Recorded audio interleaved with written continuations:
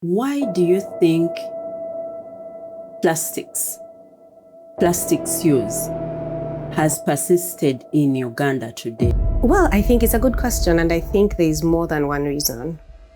On the consumer side, it's cheap. Being a developing country, people don't have so much disposable income. So that cheaper option tends to be the one people resort to. Plastic lasts years, hundreds and hundreds of years, as do other materials, but it's cheap. Other materials tend to be more expensive. So in as much as there's a law saying don't use Kavera, if there's no enforcement, you will find that people will continue to manufacture and use it.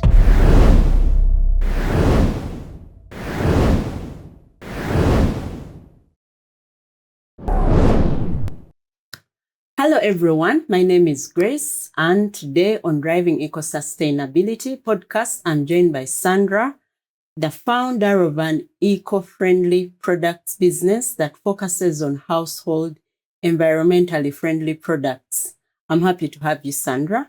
Thank you so much. I'm very happy to be here. Thanks for the invite. Yes. Now, Sandra, you're not aware of this, but when I started this podcast, I was really looking forward to meeting people like you, people who are championing the drive for an eco-friendly choices through eco-friendly products. So I'm overjoyed and actually very happy that today I get to meet you and someone who is actually in this space and someone who is actually making a difference in an area where we can actually talk about and share experiences. Basically, it's the entire focus of this podcast. Yes. So I'm happy to have you here. Yes. Welcome.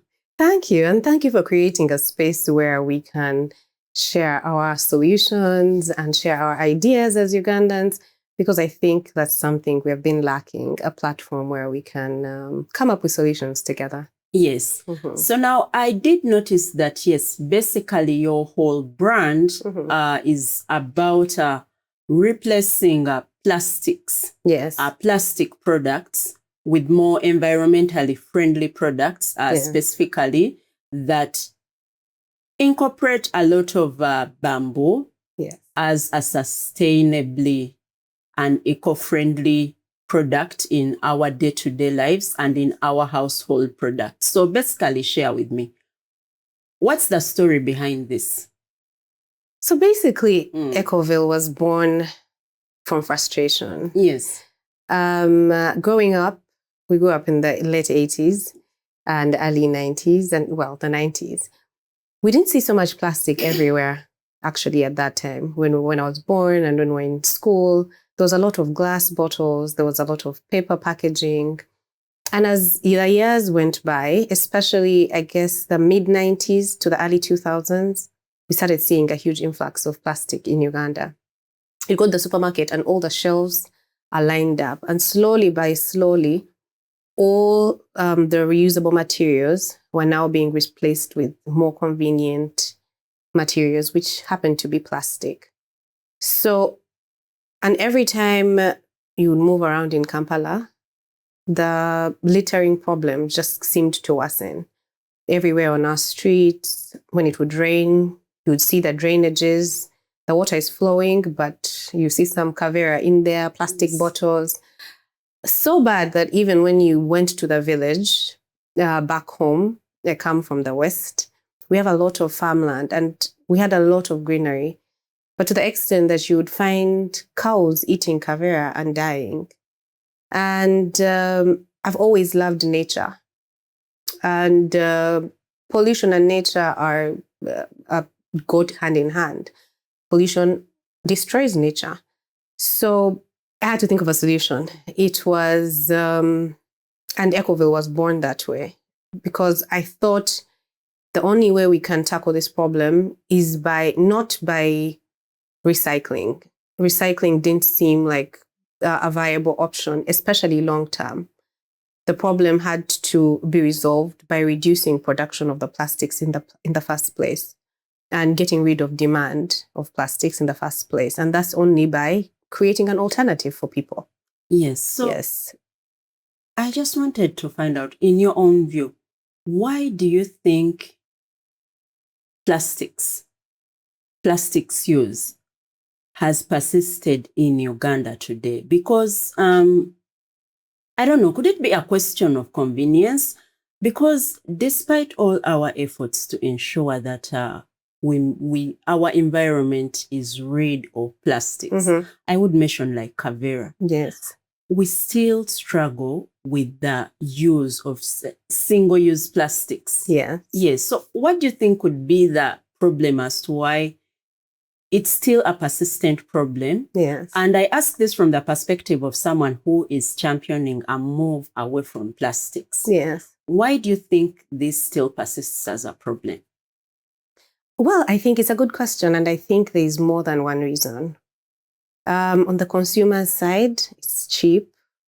Being a developing country, people don't have so much disposable income. So that cheaper option tends to be the one people resort to. So that's one. Even for the manufacturers or the producers, you're going to choose a cheaper ingredient or a cheaper packaging because you're trying to make profit. So you find that it's convenient for the fact that it's cheap. It's also long lasting. Plastic lasts years, hundreds and hundreds of years. Yes. As do other materials, but it's cheap. Other materials tend to be more expensive.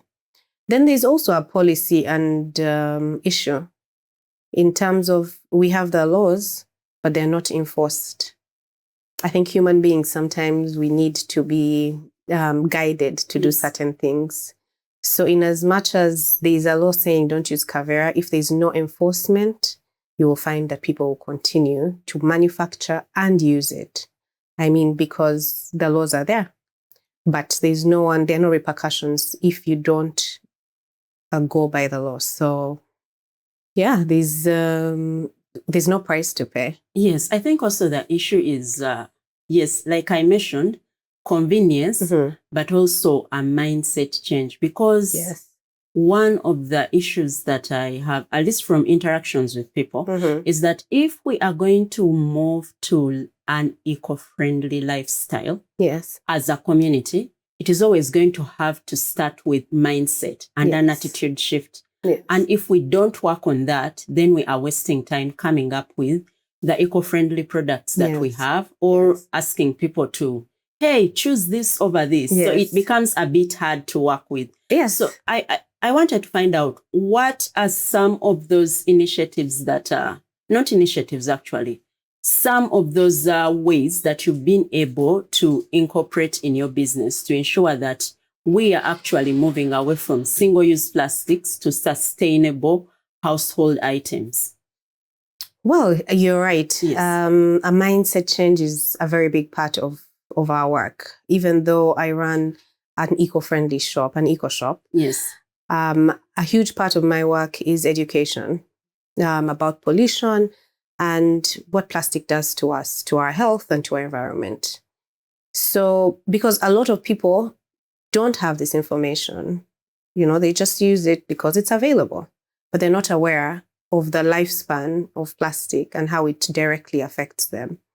So I do a lot of social media education, creating small videos that show plastic in action, in drainages. I have a lot of those videos on our social media platforms.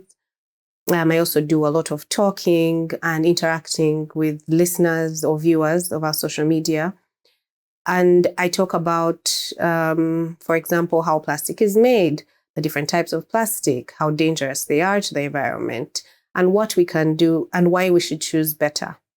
So the more you keep spreading that information out there, people actually are willing to learn and understand and actually want to make a change. Because what I've seen from my interaction with a lot of people is that we all want the same thing. We want clean streets. We want clean cities. We want beautiful lakes to be preserved. We want our forests. We want nature. We enjoy nature as human beings. But the challenge is we're not aware that our daily decisions are affecting that nature that we want to enjoy. So once you tell someone that once you throw a caviar, it will end up in Lake Victoria, and if the fish you consume is going to consume that caviar, then they'll be a bit apprehensive about acquiring that caviar the next time. So I think the way forward is to be persistent in our message and to have more people come on board to spread the same message. And then hopefully also talk loudly enough for governments to hear, because it can't be just us, the population, that's doing the work. We must also have our leaders come in and help us also in enforcement, because people are manufacturing these plastics even illegally, and it's going on. So yeah, I think the mindset change is very important. And the only way we can do it is by continuing to speak about it. And podcasts like this are doing that work. Yes. Yeah. Yes. So what are some of those household items that have been, some of those household items that Ecoville has been able to champion and put forward to ensure that eco-friendly ways of living are adopted and plastic is being substituted with eco-friendly products? So there are many. We now have probably 50 or so items in our catalog. And they mostly comprise of things like bottles, water bottles or flasks, which are supposed to replace single-use cups. Yes. I mean, instead of everywhere you go pouring from a water dispenser into a plastic cup and just throwing it away, you go to the gym with your water bottle, you can refill from there and drink from the same bottle and take it back home and reuse it. So we have reusable items like lunch boxes, like bottles and cups that you can travel with and get rid of the single-use plastics that would have ordinarily used. Then we have like bamboo toothbrushes. We have things for the bathroom. We have bamboo toothbrushes. We have bathing soap, which are bars of soap that don't come in any packaging. Yes. So we call them the naked bars, because to replace shampoo bottles. Thank you so much for watching the video this far.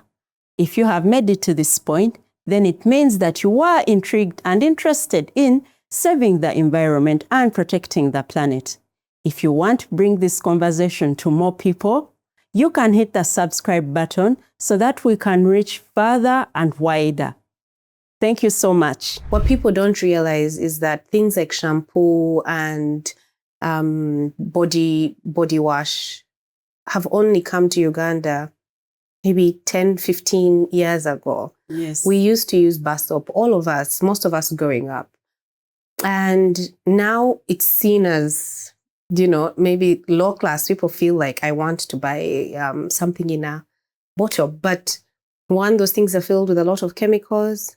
Two, that plastic bottle is so unnecessary and it's going to last 14 years in the environment. So we have, I've digressed, but we have, soap bars in the bathroom. We have dry body brushes for exfoliation. We have kitchen items like a bamboo cutting board that would replace your plastic chopping board. We have brushes for doing dishes that would replace the plastic sponges. We have a myriad of items, to be fair. Yes. Yeah. Now, I do recognize that amidst all the items that you have mentioned, the central use of incorporating bamboo within their making is quite a heartbeat in some of these products that you have. Yes. And yes, as I speak right now, at least I've had the benefit of, getting a bottle and the dishwasher. Yes. And yes, it made of bamboo. So I wanted to find out, do you think bamboo can, not single-handedly, but can contribute to a greater extent to supplying and responding to the continued demand of single-use plastics? Yes, I think so. I think right now it's bamboo is what is making the biggest difference, Yes. I would believe, in terms of replacing single-use plastics. With the way the world works, I'm sure there are going to be many different materials that will be innovated and used to replace. But right now, bamboo is it. And that's because it's a fast-growing plant. It's one of the Yes. fastest-growing plants in the world. And it doesn't require as much care and resources to grow. So instead of using, say, trees that take 15 years to grow, bamboo is used in its place. So you find that, and it's also very flexible. So I think you've seen now in these high-end eco lodges, Yes. they're using bamboo. Someone Yes. will construct a whole cottage or a whole house using bamboo. In Asia, they're making mega structures from bamboo. They're the champions of bamboo in the world, actually. So there are many uses. It's so versatile and it's durable and it grows really quick. So for those reasons, it makes it one of the most eco-friendly products on the market right now. I know there are many other people that are championing different other materials. I've Yes. seen seaweed is being used right now to create a version of like Cavera or cling film. So that's being done, I think, in Canada. I'm not sure. Don't Yes. quote me on that. But there are many people that are researching into different materials. But right now, bamboo is number one. Yes. In fact, I did read somewhere, someone was saying that if bamboo does grow back within months, while plastics stay within our environment for centuries, why do we continue insisting on using plastics in our day-to-day lives? Yeah. So I think it's something that we could challenge ourselves to think about and understand that if we are not moving away from plastics to probably eco-friendly products that are made from bamboo, then we should realize that we are not only affecting ourselves, but we are also affecting generations to come. Yeah, but I think the issue is people are not aware. When you go and buy a plastic toy for your child, you're not aware that it's going after your child has outgrown it, and maybe you give it away or throw it away. Most people think it disappears somehow, or they think it's burnt. Once the waste collectors come and pick it, people don't think of what happens after that. And people are not aware that plastic stays in the environment for 400, 500, even 1,000 years without decomposing. So I think the issue is a lack of knowledge. I think if someone knew that the Cavera I'm buying and using for 10 minutes is going to stay in the environment for 100 years, they would think twice about buying it. I would tell you, I didn't know. Say, when I was in high school, I didn't know how long Cavera takes to degrade, or plastic, that my mineral water bottle would take 400 years to degrade. I didn't know that. So I was doing that out of ignorance. But you find that the minute people get the information, they start to think twice. They start to second guess. And that's why we have to continue to push out the message, because what is lacking is information, actually. Yes. It's not that people are doing bad on purpose, no. Yes. Now, as someone who is at the forefront of an eco-friendly business at Ecoville, do you think that only specific consumers or customers get to understand and choose eco-friendly products, or is it easier to break through and meet also, to convince the other customers on the other divide to also adopt eco-friendly products? Do you think, what I'm trying to understand is, are eco-friendly products right now in the market, is it a stereotype that it is chosen by only people who are into an eco-friendly lifestyle, or it is, should I say, people call it elite? Yeah. Do you think that also contributes to how far people are willing to go to replace their day-to-day environmentally destructive household items with those that are eco-friendly? Yeah, that's a very good question. I think there's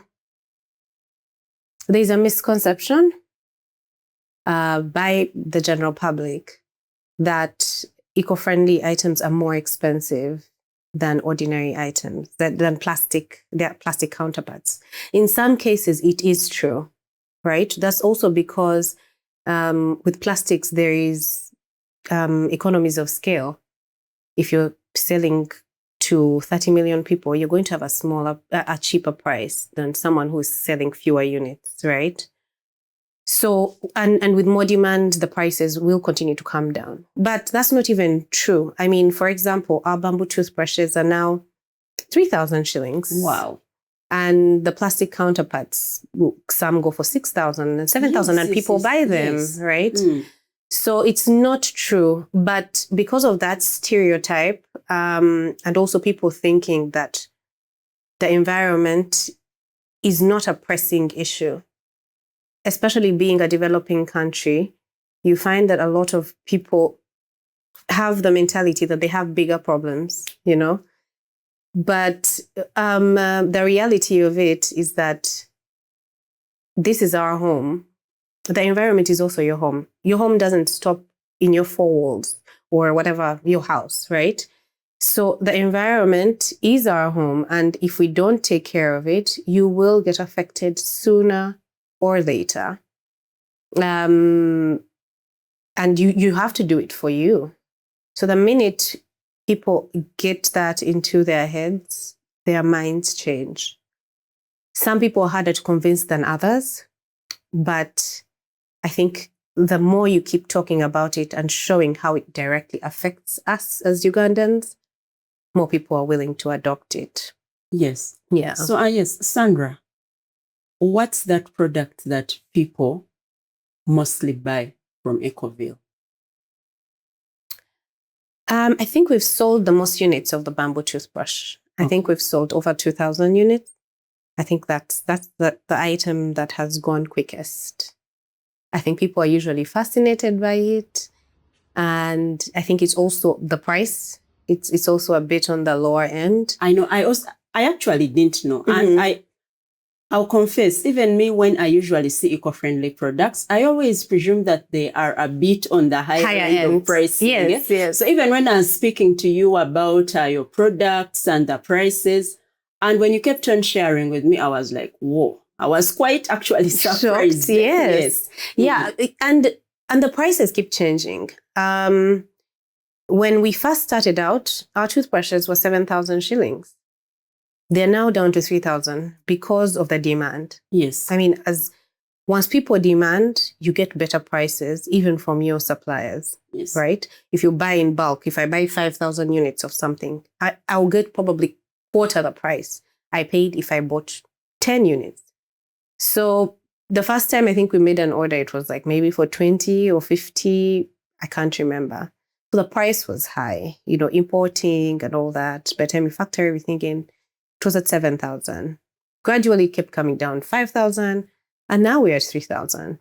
Even most of the bottles, the price keeps coming down. The more people buy, actually, the more they support us, the lower the prices go. Because my dream is to have these products accessible to everybody.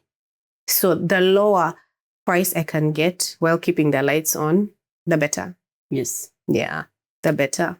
Yes. So now, other than individuals that you usually work with, we do realize that corporate entities and big organizations are also some of the leading causes of plastics pollution. Even in our workplace, every single day we go to work, every step we usually take to work, we sometimes do not notice, but it actually impacts the environment. Yes. Or even let's go to places like let me say a restaurant. We all know how a restaurant runs its business up to the point when the food is on your table. Yeah. It's a process. It could involve, let's say, dishwashing. Yeah. Also plates. Yes. Also choosing between the cutlery. Should it be plastic? Also choosing the packaging material. So I just want to understand, how has it, from your view and the few people who you've been able to provide these products to, do you think the corporate entities, and from a personal experience, do you think larger organizations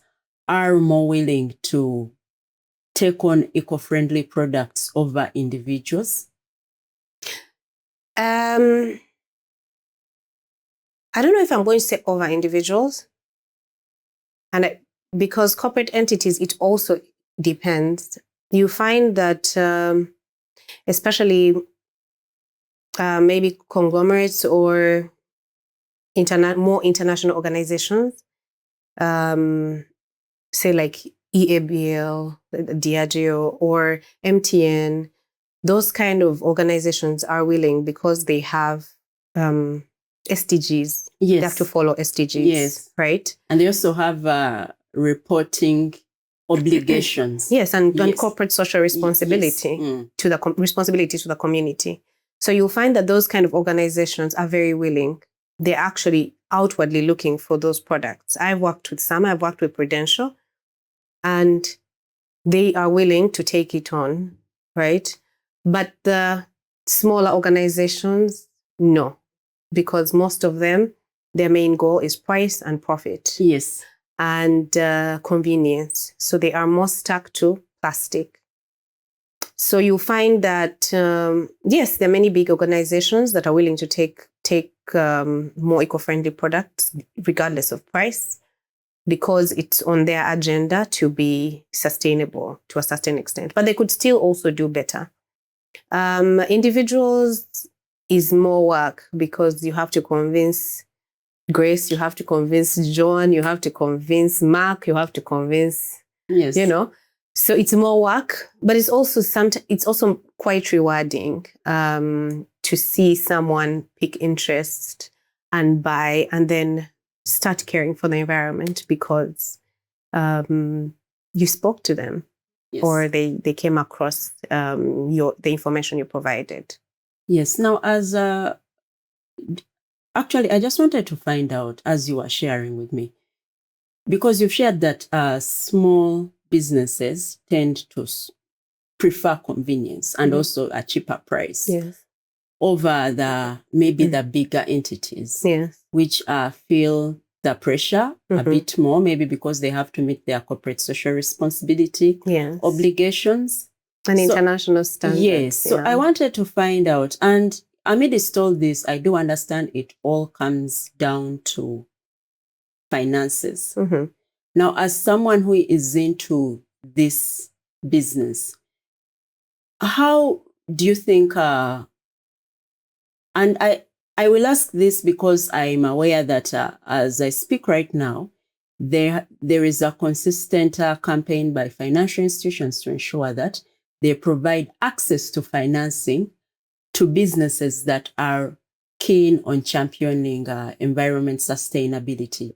So I want to understand, how much do you think financing, access to and availability to it impact the growth and scaling of businesses of your nature? Oh, that's a great question. We have a very terrible banking system in Uganda, and it does not support small businesses, small or medium businesses. And it's not even just green businesses that are affected. All businesses are affected. So even when you see these banks claiming to want to support or finance businesses like ours, when you go there, it's one hell of a task. Okay. I've been there. I've been there. Even when you have a contract, you asked for properties, I mean, let's be realistic. As a young person, how many people have properties in Uganda? Or they want big assets to be able to give you a loan, even if you have financing, even if you have contracts. So you find that if you need financing, you're going to have to go to private financiers or credit accounts or money lenders, basically. Wow. Yeah, because banks, they make the process so difficult and so bureaucratic that, they're just hard to work with, very hard to work with. So I've found when I've needed financing, I've either gone to a money lender or I have mobilized from friends and family and, had to pay back at the right time. So financing is non-existent. But the people that I know in in this industry, Yes, who in finance. green business, Yes. that have got some financing. It's usually international financing from things like MasterCard Foundation, Grants. Yes. stuff like that. I've seen there was that NSSF Innovator Program. I think a few people received some money from that. I also saw one for MTN. There's one that, yeah? yes, around biodiversity conservation. I haven't seen it, but yeah. So you'll find a lot of them, it's going to be in form of grants. But going to a commercial bank and being supported, no, that doesn't exist. I don't know anyone who has got that kind of financing. And I've tried personally and failed. Yeah. That's interesting because I did meet someone from the bank and they did tell me that actually banks have a higher uptake for socially aligned loans in comparison to green loans. That right now the demand seems to be a bit more and higher on the other side than on the side of green loans. So I kept on wondering, why aren't people taking up these loans? Like, aren't they really aware that these loans are there and there's like that? That's the question that came to my mind. They're there, but the ropes you have to jump through to get to that point of the loan. As I said, a lot of these banks are asking for major assets. A lot of businesses don't have major assets, especially if you're a small business or a business that has just started out. What major asset am I going to give you as Ecoville? Unless I give you my personal assets as a person. But my business doesn't have any major assets to give to the bank. So that alone stands in the way of people accessing financing. And if you have no financing, you're not going to grow. Yes. I keep telling people, actually, if you want to start a business, don't start a business when you don't have money. Because it is probably the most important ingredient in business. Because in Uganda, you have to use your savings to grow your business. Yes. You have to keep reinvesting into your business. So if you don't have money to support you in that time, the business fails. And that's why most businesses fail. Not because they're not good ideas or not because the people are not capable of running good businesses. People are capable and willing, but they don't have the money to sustain a business to the point of growth, which is usually 5 years and beyond. Yes. Yeah. So now, would I be right to say that now for a green-based business like Ecoville, someone would say that maybe, yes, I can make an initial investment, but perhaps I could also wait on the sales to recapitalize the sales so that is the basis of growing my business. Yes. But I would also have to understand the fact that in Uganda, we still are struggling with a mindset shift from single-use plastics, which are more convenient, to eco-friendly products, which are actually cheap and affordable, but we still believe that they are quite expensive. Yes. So yes, Sandra, I wanted to find out from you, it could be a hypothetical, but if you have a practical answer, you could share with me.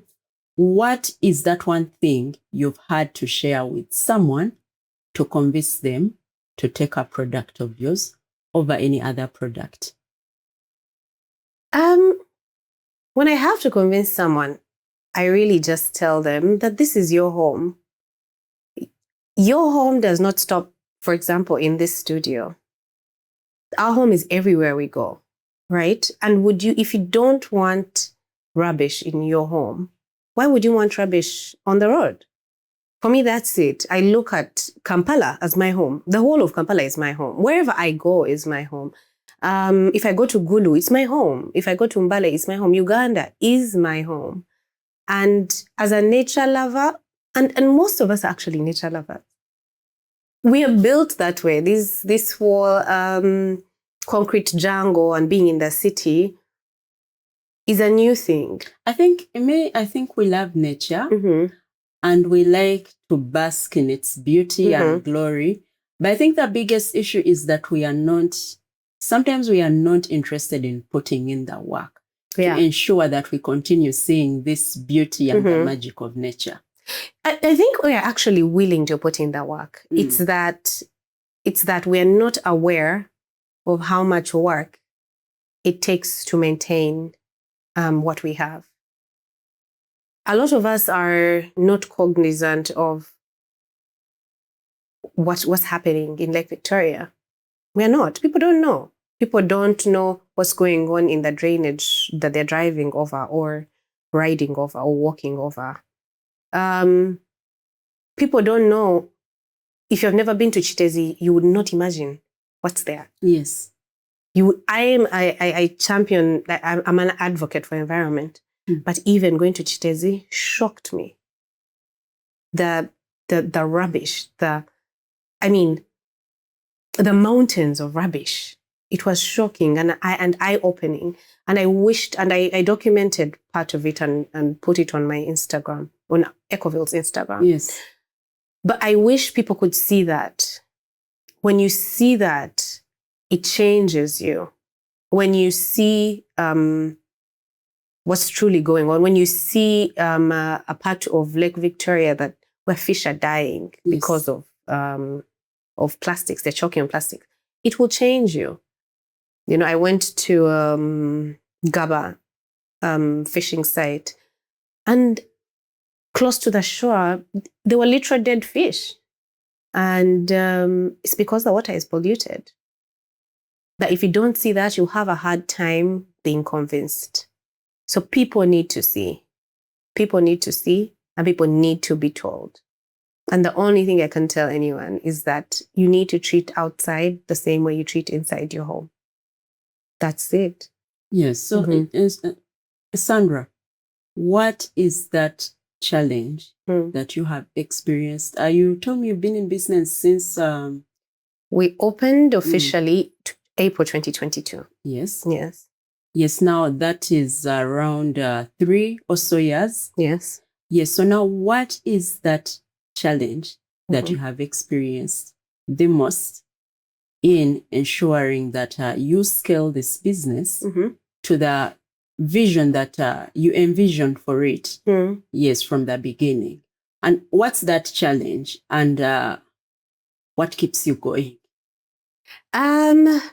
Okay, I'm going to start with a dream. Yes. Then I'll tell you why it's challenging, what the challenges are. The dream is to have as many Ecovilles in Uganda, like the way they used to be, let's say, Nakumat, all the supermarkets, because the point is for Ecoville to be a zero-waste supermarket. Yes. Where you can buy anything, pretty much. So the challenge to getting there is, one, financing is a very huge challenge. You find that we have one location. So serving people in different parts of Uganda or even Kampala sometimes is difficult. Transportation costs are high.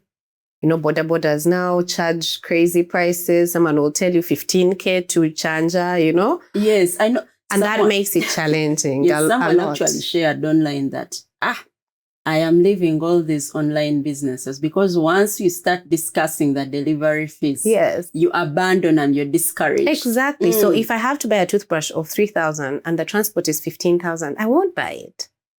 You know, so the idea is to get things as close as possible to as many people as you can. And you can't do that without financing.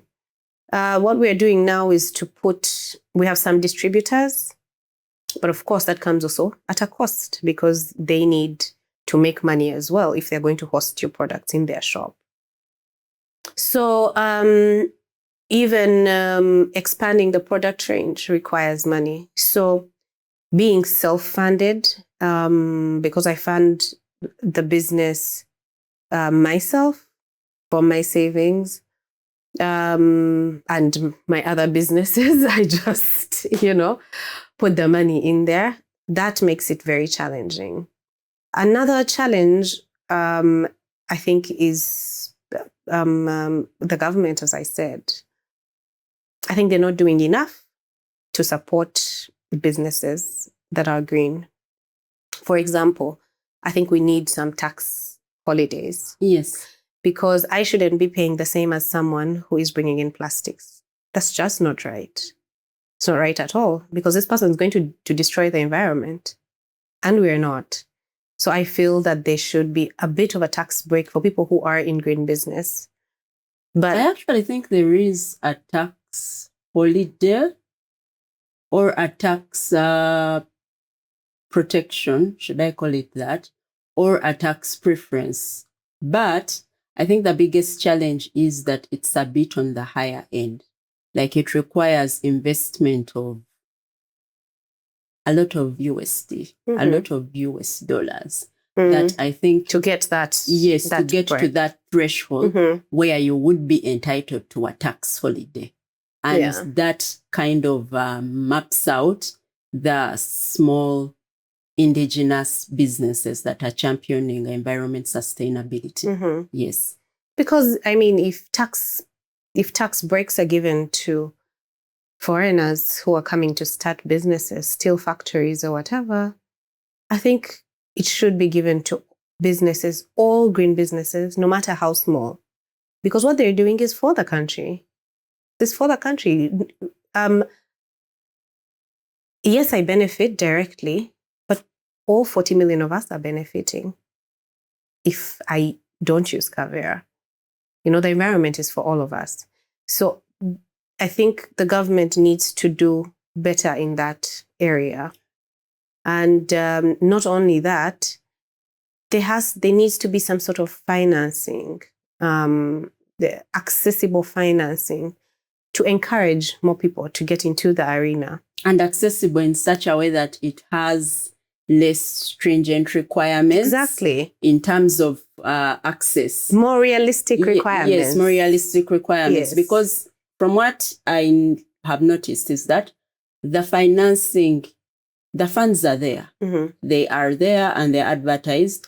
But the challenge is the preconditions to access that finance. Yes. Yes. So I think we need to do better in that arena. Even I think sometimes government efforts are misplaced. I see we're focusing on Kayola bus and things like that, and that's a great initiative on its own. But I think that is overshooting. First get rid of Kavera. That we already have the law. First enforce that law before you move into all these other more complicated things that actually don't even have much practicability in Uganda right now. Or like the local day-to-day person will not understand how important that is to them. Yes. And when a Kayola bus is going to be practical in Uganda, it's going to take decades. So we need to focus on the things that we can actually do. And the low-hanging fruit. Kavera is a very low-hanging fruit. And I don't know why we failed to get rid of it. Our neighbors in Kenya, Rwanda, there's no Kavera. Actually, some of their manufacturers came to Uganda to start producing from here. Apparently, the Kavera issue, I think there's a time when it was a hotly contested issue. Then Kavera was temporarily stopped. And then it was again accepted back on the market. But it was accepted back on the market on the basis that the Kavera must be over 30 microns. Exactly. Yes. And I think now the challenge became that an ordinary day-to-day customer is not going to be able to differentiate which one is meeting the threshold and which one is not meeting the threshold. None are meeting the threshold. So now it has been an issue of why do we continue having this? Because I think the idea was to have a middle ground. And I think the middle ground has not been met. I also think with issues like this, there should be no middle ground. Maybe I'm just... Yes, I understand. Maybe I am... Because yes, in the neighboring countries... They haven't got a middle ground. Kavera was just entirely banned. Stopped. Yes. You can't enter Rwanda with a Kavera. Even as a foreigner, you'll be stopped at the border, you'll be stopped at the airport, they will take away your Kavera and give you a paper. Or you carry it in your hand. So I think with certain things, we should not accept anything less than a total ban. And sometimes when we go halfway, it makes it very difficult because to have a ban. So I think we should have zero tolerance for Kavera, honestly. Even the whole issue of looking for a middle ground, I'm not for it. we can have a middle ground on other things. Let's start with career and ban it completely.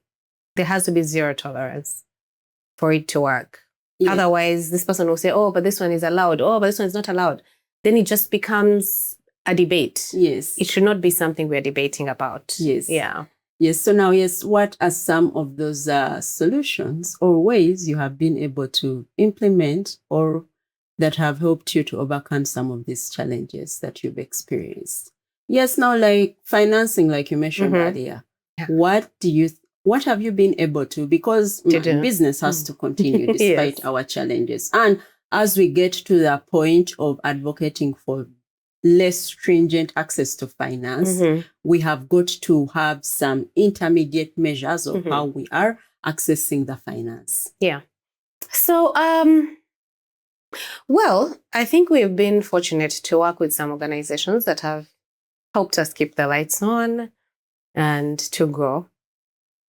Secondly, I happen to have other work that supports. So we've been able to reinvest from the money we have made in the business and also from my savings.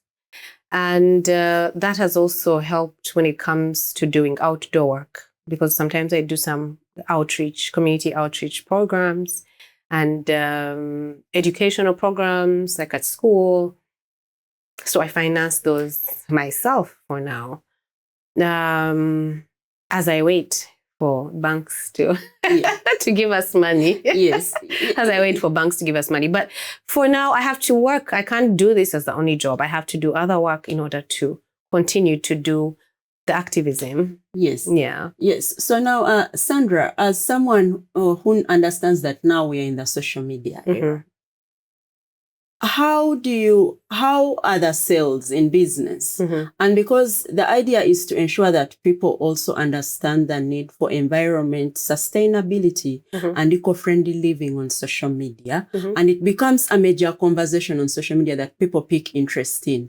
So how has social media presence and sharing the information out there transformed into sales in comparison to the sales that perhaps you have made that were not based on social media messaging? Social media has been huge. Yes. Huge, huge, huge. I would say, I think more than 90% of our sales have been from social media. Wow. Yeah. Even the organizations, because you're discovered on social media. Fortunately or unfortunately, with brick and mortar, with having a physical location, it's no longer very helpful unless you are maybe in a mall. You hardly get human traffic in most places unless you're in CBD or in a mall. So if you're in the outskirts or in residential neighborhoods, you're going to struggle to get walk-in sales. Not enough people move around anymore. People shop online. That's just the reality. So social media has been huge, huge, huge, huge in sending the message out there and in creating sales. It has been a very huge factor. Unfortunately for me, who, struggles with content creation, the reality is social media is where it's at. And I don't see it changing anytime soon. There's no way around it. Someone has said that social media has been the equalizing era where every business, even the smallest business, can be able to get customers over a larger business simply because of how people relate to their content on social media. Yeah, you could call it equalizing, but that's for people who are, I guess, good at social media. If you're more introverted, I don't know. Social media can be a bit intimidating. Yes. Can be a bit intimidating. But yeah, it has given platform, it has given reach. I'm sure Ecoville would not have grown in these 3 years to where it's at, if not for social media. I think we've had millions of people viewing. If you total up the number of views on the different platforms, they're in the millions. So yeah, I think it's been very instrumental to our growth. Yes. So Sandra, where do you see Ecoville in 5 years. 5 years is a bit even short. 5 I would years. say 10 years. Mhm. We can even make it 20 by the way. Yes. By 20, I'll be the Minister of Environment. But but no, 5 years or 10 years, I really want to have at least maybe 5 locations if possible. 3 to 5 locations is my goal. Or have a really huge online shop, Amazon style, Jumia style. Let me not go all the way to Amazon, but like Jumia style type of shop where it's like a one-stop shop for anything you need that is sustainable. Where we can, I want to have refill stations for like grains and foodstuffs. You know, back then, foodstuffs were not individually packaged. You would go to your neighborhood shop, they kupima for you beans, right? But now everything is packaged. And you can kupima into a paper bag, not a kavera. So the idea is to have something of that sort, as a supermarket where people don't come with their reusable bag and just basically no plastic. Yes. Yeah. So that's the dream. And yeah, and I hope to be doing serious activism work because I'm also, despite having Ecoville as a business, I'm very passionate about speaking about the environment. So I hope to be able to speak to bigger audiences in as the years go by. Yes. Mm-hmm. I'm actually very excited about the idea of having an online eco-friendly one-stop center where you've everything eco-friendly in products, household, homes, office is where someone, like it's a go-to place. It's actually an idea that I have been thinking about as well. Because when you look around here in Uganda, the businesses that are championing environment sustainability, eco-friendly living, climate change adaptations, there are quite many. But we do not have a centralized a go-to space where someone is like, if I want to find a biogas, who is giving it to me? If I want to have bamboo household products, who is giving it to me? You literally have to be very interested and you actively go outside. You have to be in the community, honestly. Otherwise, they're very hard to know. I mean, and that's why I was saying that this is such a good place, because I thought for a long time, how do we unite people who are in this industry? Because sometimes it feels really lonely. The challenges you have in the climate and environmental space are very different from other business challenges. Yes. So sometimes when I meet people who are in that same space, you find them deflated and almost giving up. Right? Because they don't know where to start and they have no community, they have no platforms to share their information, and they're just undiscovered. And people have good products. I saw there's Ingo Kampala that is doing bags from cut-offs from tailoring, right? So they use old jeans, they just thrift and make bags. Really, really nice bags. But very few people know about them. Reform Africa is doing the bags from Kavera, they're recycling. Not many people know about them. Chevaux Organique, she's doing the hair from banana fiber. Not many people know about it.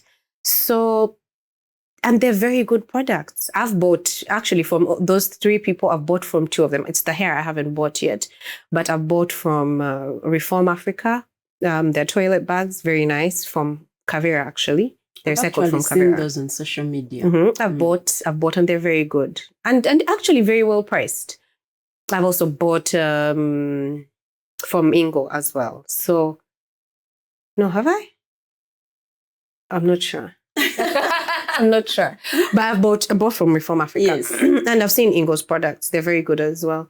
So there are very many people that are doing well. It's just sad actually that they're not being seen and they're not being represented out there. We don't even have like programs on television that are for the environment alone. I know. It's so sad that there's not a single show that is being hosted about the environment. Yes. And that's just terrible. And why it's even more terrible in Uganda is because we are an economy that's based on nature.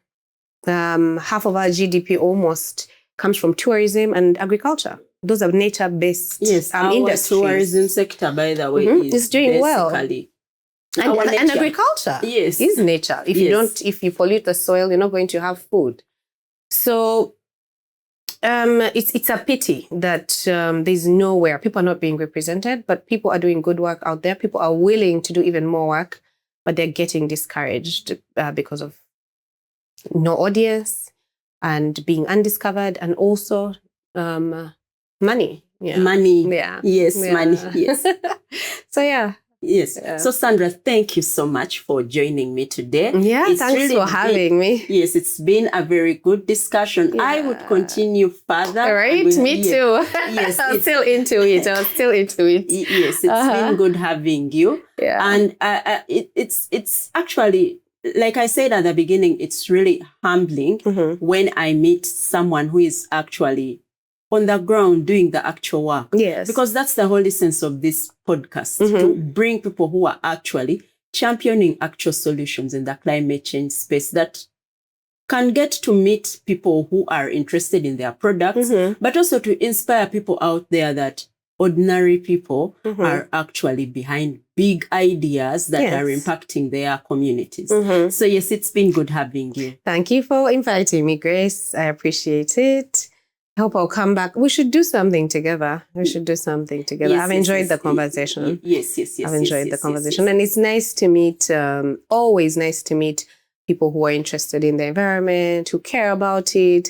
Because, sometimes you go places and people ask you, but why do you care so much? I've also it's such a weird question. I've also been asked the same thing. Yeah. Someone's like, I want to understand, how did you get to this point? Like, why did you choose this exactly? Yes. So yeah, it's nice to meet somebody who cares about who is passionate about the same thing you're passionate about. As I said, it's lonely sometimes. So yeah, this is great. This has been great. Yes. Yeah. All right. Thank you so much. So our viewers, I will be sharing Sandra's social media pages and contacts so that you can go and get yourself some of those beautiful household items from Ecoville, so that you can also incorporate sustainable living, eco-friendly living in your home, in your office, and in your day-to-day life. Driving eco-sustainability, my perspective. Till next time. Ciao.